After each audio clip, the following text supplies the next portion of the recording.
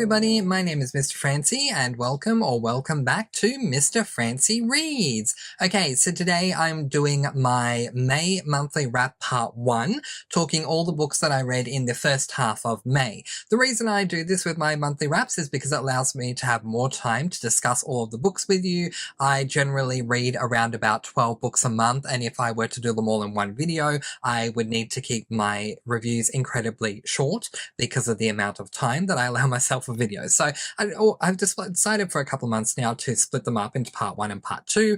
In part 2, I will do a succinct wrap up of what I've discussed here in part 1 and then move on with the next half of the books. So this month, I will have read 12 books by the end of the month. I have not finished all of them yet, but I will by the end of the month.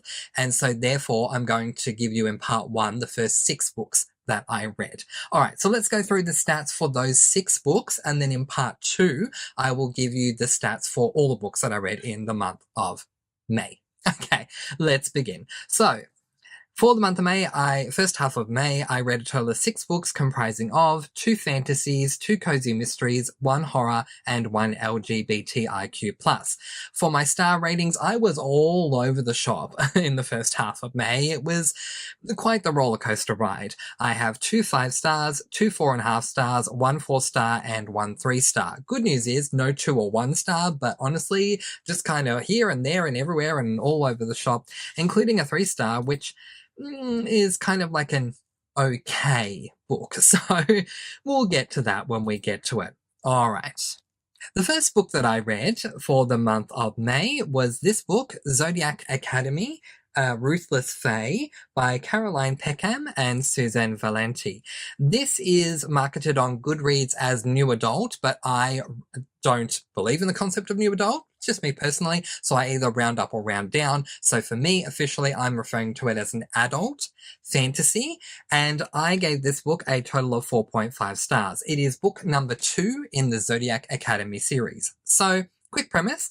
In this one, Darcy and Tori continue to learn and grow in Solaria, which is the world that this series is set in, not only learning more about their abilities, but also how to handle and sometimes even take revenge on their bullies. But the question of their claiming the throne, while never before being a consideration, is now one to consider. Will they be happy to simply graduate Zodiac Academy, or do they actually want to claim their thrones too? So, to my thoughts on this one, I have a few minor complaints, but on the whole, this book was just as seductively enticing as books 1 and 1.5. To my complaints first, after really enjoying As Told by the Boys, book 1A, I was disheartened to see how little we got of the boys' perspectives in this book, book 2. It definitely felt more like 80% as told by the girls and 20% as told by the boys, and honestly, I would have preferred a whole lot more.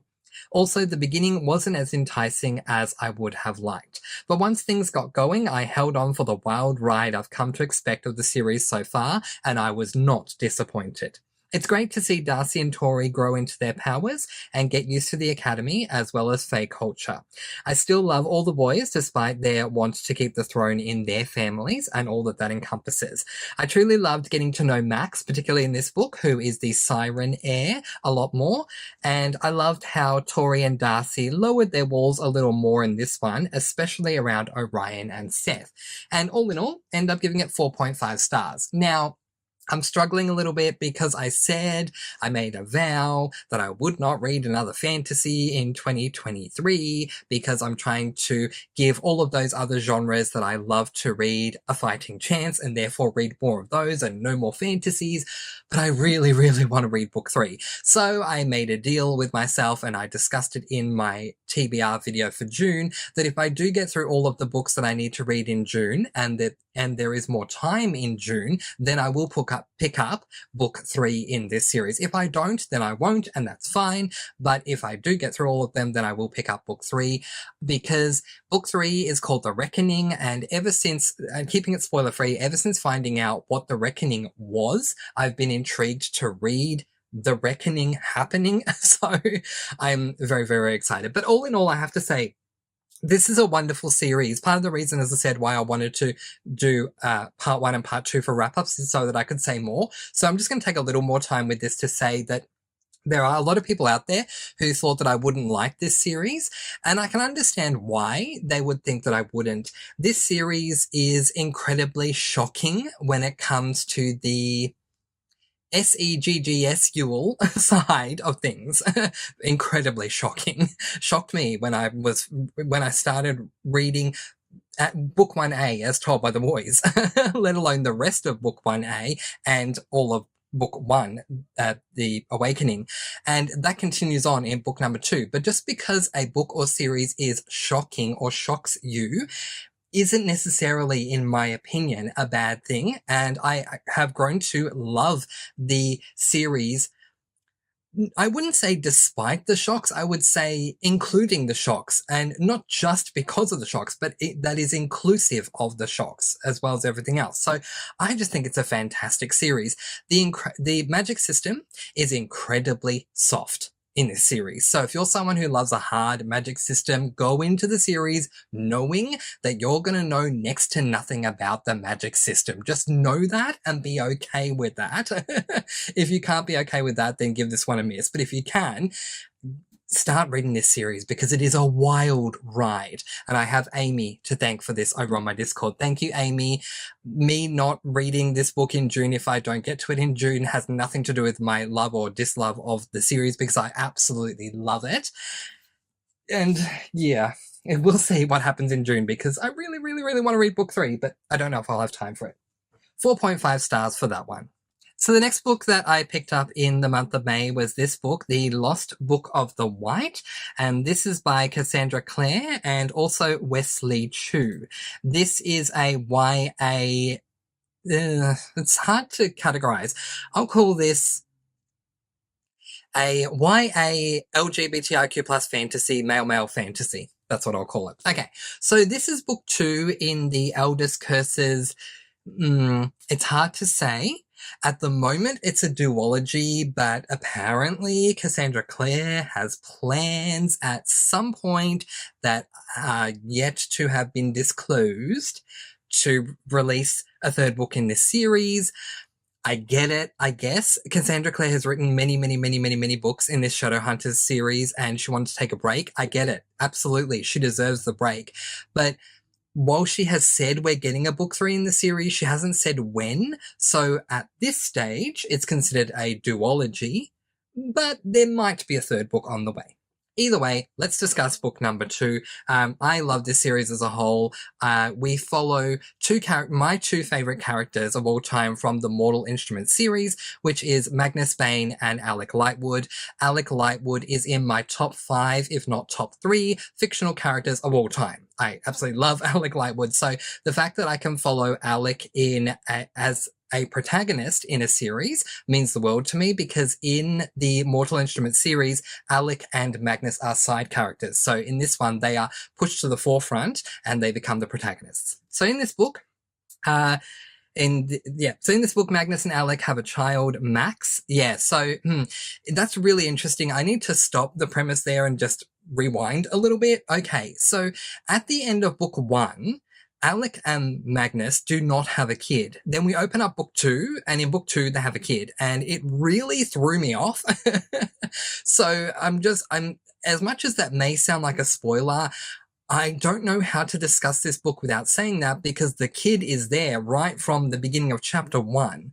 So it really threw me for a loop. And then I found out that the recommended reading order of her books from Cassandra Clare herself does not include reading books 1 and 2 in a row of this series, but reading book 1, I think it's like halfway through the Mortal Instruments series, and then reading book 2 after you've read a ton of other books in the Shadowhunters universe. Look, that's just not me. I'm a series purist. If I start book 1 in a series by an author, I want to get through all of those books before I move on to another series that will connect to it. So that's just me. That's the way it is. I was uninformed. And you pay the price sometimes. But anyway, they have a kid whose name is Max in this one. One night, while Magnus and Alec are sleeping, they are disturbed by Max crying out, and they rush to his room only to find Shunyun and Ragnar Fell there. So Shunyun was the evil character in book 1, so she's back now with someone named Ragnar Fell, and thinking only of their child, Alec and Magnus do everything they can to protect him, but that's when Shin Yun stabs Magnus with his Thorn, which is a magical weapon, and they steal the powerful Book of the White. Mercifully, Max is okay, but who knows what Shin Yun and Ragnar Fell want with the Book of the White, and what will happen now that Magnus has been stabbed with his Thorn. It's time to call the cast of Shadow Hunters from the New York Institute to get the book back and work out what's happening with Magnus before it's too late. So my thoughts on this book is that I experienced an overwhelming sense of whiplash at the beginning to, as I said, when it comes to this child to Max, I didn't know that Max existed. He wasn't there in book 1, and suddenly in chapter 1 in book 2, he's there. It was just, terrible sense of whiplash. But once I was on board with that, I did end up enjoying the book a whole lot more. We actually visit hell in this book, and I love seeing fantasy writers' interpretations of heaven and hell in books, and so too loved it in this one. We also have we also have a nice experience that involves the New York Shadow Hunters. It was great having them back for this particular book, especially knowing that they were side characters this time, as opposed to in Mortal Instruments, where they're the main ones, and my dear Alec is placed to the back.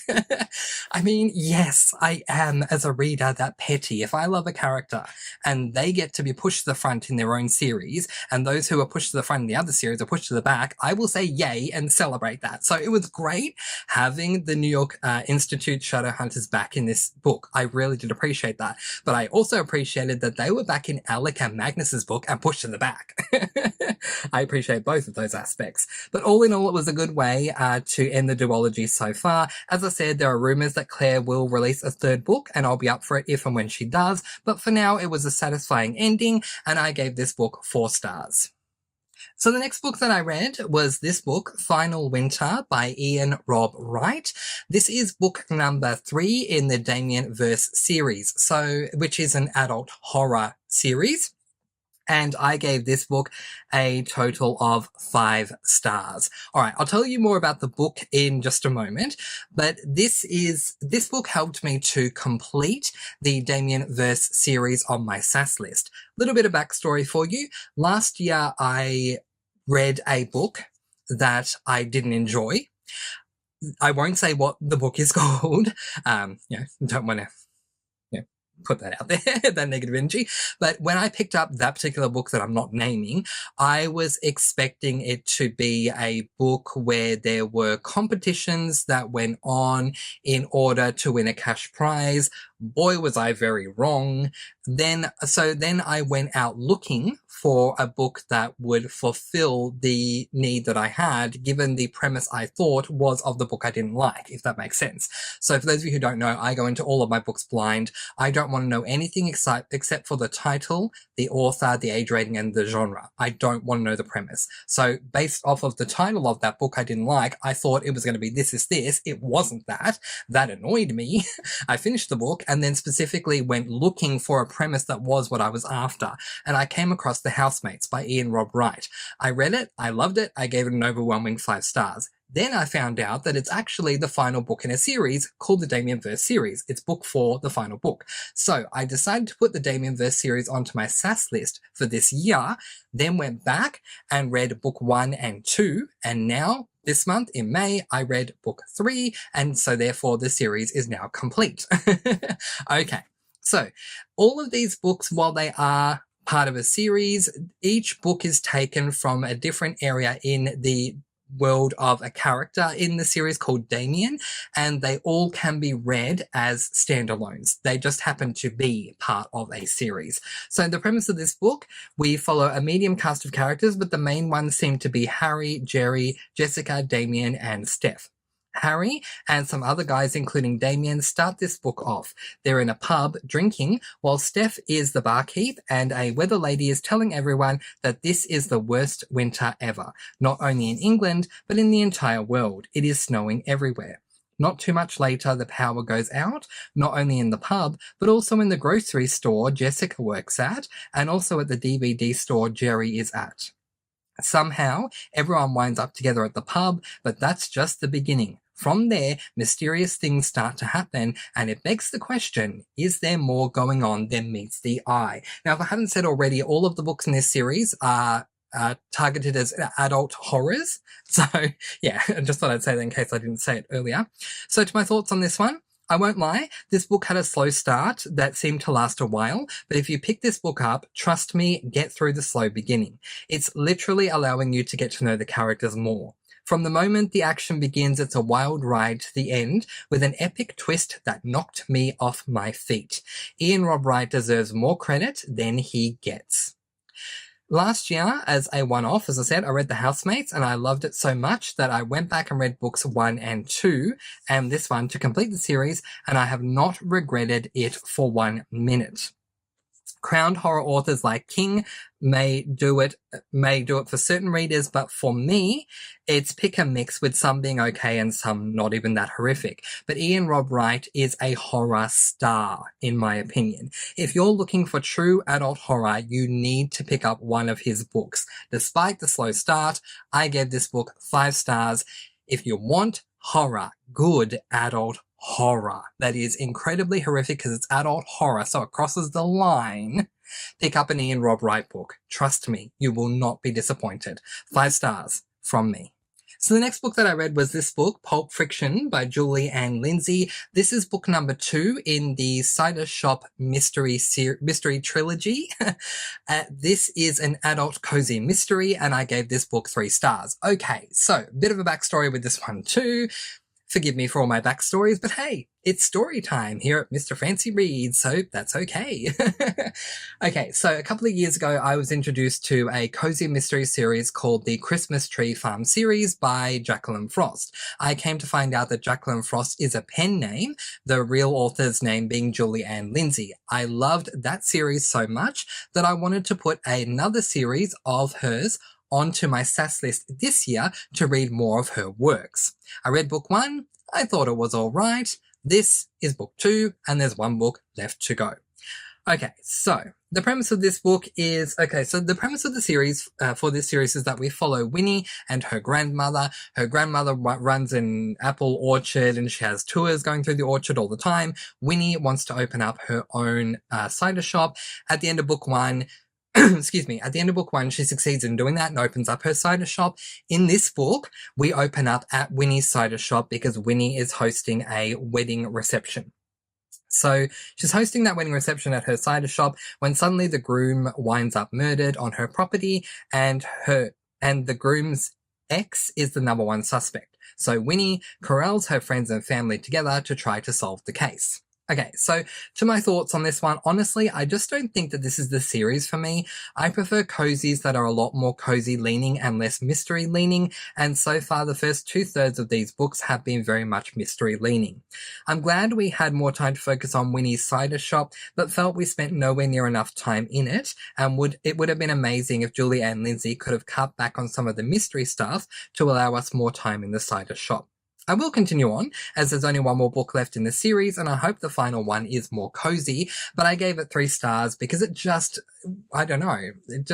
was too mystery dominant. We did not get enough from the cider shop at all. I don't know, I just don't think it's the series for me, but have you ever gotten to a point, especially if you're a series purist, where you think to yourself, I may not necessarily like this series, but I've only got 1 book left, so I might as well read it to finish off the series? That's where I'm at. I might as well read the 3rd book. I don't even know when I'm reading it. I think I'm reading it in July. But anyway, I'll read it, I'll finish it, and yeah, what have I learned? Don't necessarily love all of Julie Ann Lindsay's cozies, but that's okay. I can't wait to read the new Christmas Tree Farm book. It's already out, but I'll read it at Christmas time. 3 stars for this one from me. So the next book that I picked up was this book, Death and Daisies by Amanda Flower. This is an adult cozy mystery series and is book number 2 in the Magic Garden mystery series, and I gave this book 4 stars. Okay, so Amanda Flower is by far and away my dear Amanda Flower, favourite female author of all time. Oh my gosh. So for those of you who are new to the channel, I used to say all the time how much I loved my dear Brando Sando, aka Brandon Sanderson, being that he is my favorite male author of all time. He is amazing when it comes to fantasies. Just as much as I love Brandon Sanderson is as much as I love Amanda Flower when it comes to cozy mysteries. Her cozies are more than cozy enough for me, which is what I want. I want my cozies to be cozy leaning, and hers are. And there's just something about the way she writes them and writes her characters, that especially the coziness of all of the books I've read of hers, that make me fall in love with them. So this is book 2 in her Amanda Flower's Magic Garden mystery series, and so the premise of the series as a whole is that we follow a woman by the name of Fiona Knox, who has moved to Scotland from somewhere in America because her godfather died and he bequeathed her his home as well as his garden. When Fiona gets there, a spoiler ensues that I won't say, but that links her to the garden and lets her know that her presence in the home and in the garden is absolutely necessary, hence why it's called the Magic Garden Mystery Series. So, let's talk about what happened in book number 2. So the premise of this book is that we continue to follow Fiona Knox, who is now preparing to open her own flower shop in Scotland. On the night before the big opening, the minister, who clearly hasn't liked Fiona from the moment she arrived in Scotland in book 1, comes in upset with her over something once again. The following morning, during the opening of the store, one of the Scottish friends Fiona has made comes into the shop to announce there's been a murder. Turns out someone has killed the minister, and Fiona is the only person everyone knows that he had a horrible public relationship with. This in mind, Fiona jumps right in to try and find the real killer before she is put behind bars herself. So to my thoughts on this book, good story, really good, but I have to mention that the audiobook really quickly. So okay, I listened to this book as well as book 1, and I have to say that as much as I love the book, the narrator of this book really irks me.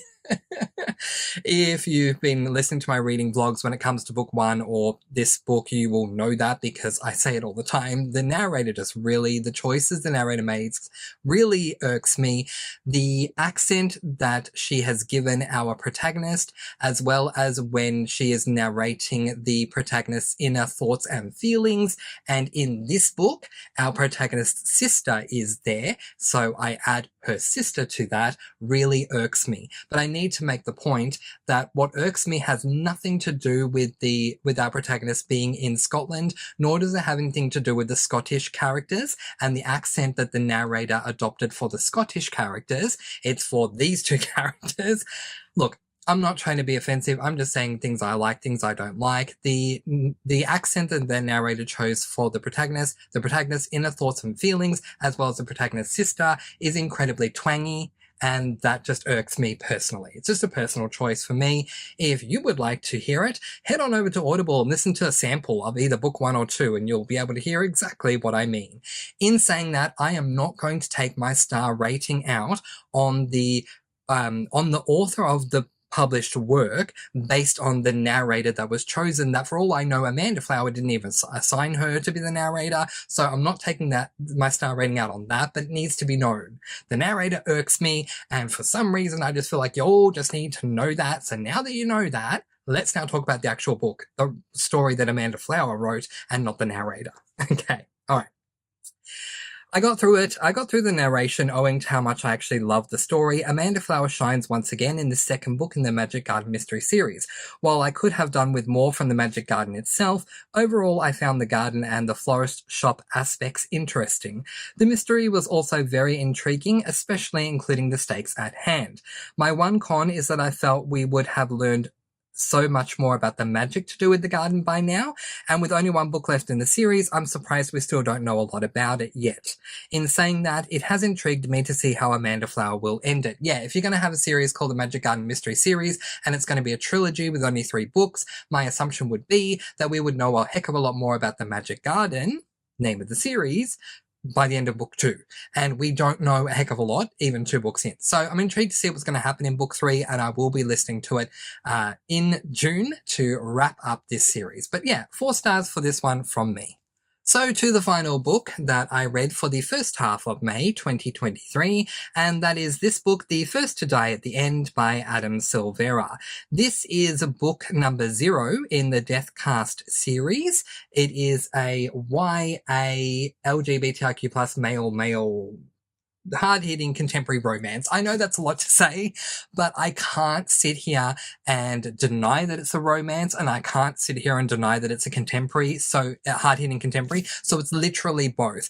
It's a YA LGBTIQ plus male hard-hitting contemporary romance. Okay, now that you know all that, let's discuss this. Okay, so this is book 0 because a number of years ago, Adam Silvera, who is in my opinion, an incredibly gifted male contemporary author who is own voices, he is gay himself, knows how to pen really raw and real contemporary issues that the LGBTIQ plus community faces in his LGBTIQ plus male contemporary works. And a number of years ago, he released a book called They Both Die at the End, and that was a standalone at the time. Then a couple of years later, so I don't even remember when this was actually published, but a couple of years later, he released this, 2022. So last year, he released this book and wanted to make a prequel to They Both Die at the End. So that's why this is book 0. It can't be called book 0.5 because it's not a novella at all.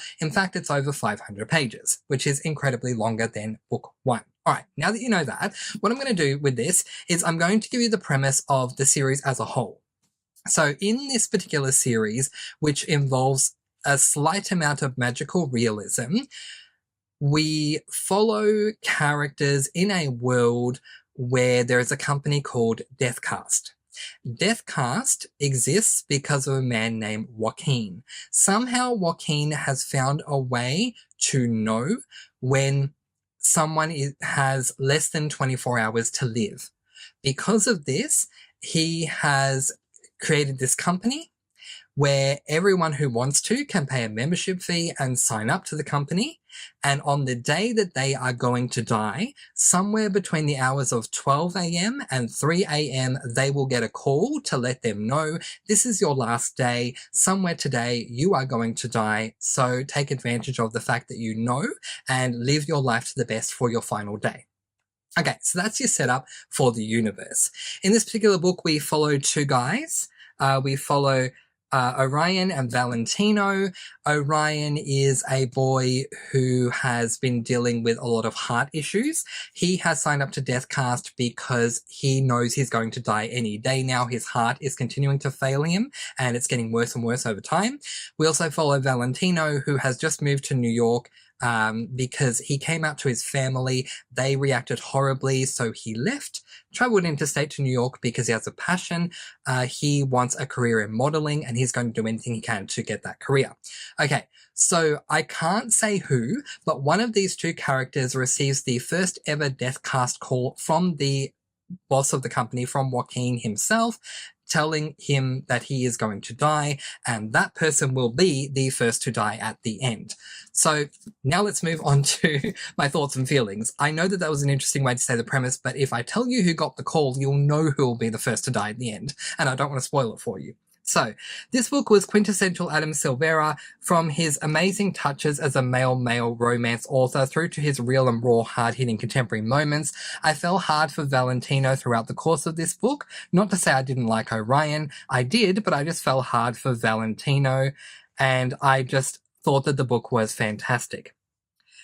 It was very tough to read emotionally, but tough to read books don't make them any less amazing. Adam Silvera is and always has been a gem when it comes to writing books like these, and I felt truly honoured to have read another one of his hard-hitting male contemporary romances. I cannot wait for the sequel to They Both Die at the End, because there is going to be a sequel to this book, which makes me very happy. Adam Silvera decided to divert for a little bit and write some YA fantasies. I don't like his fantasies. I read book 1. I was not a fan.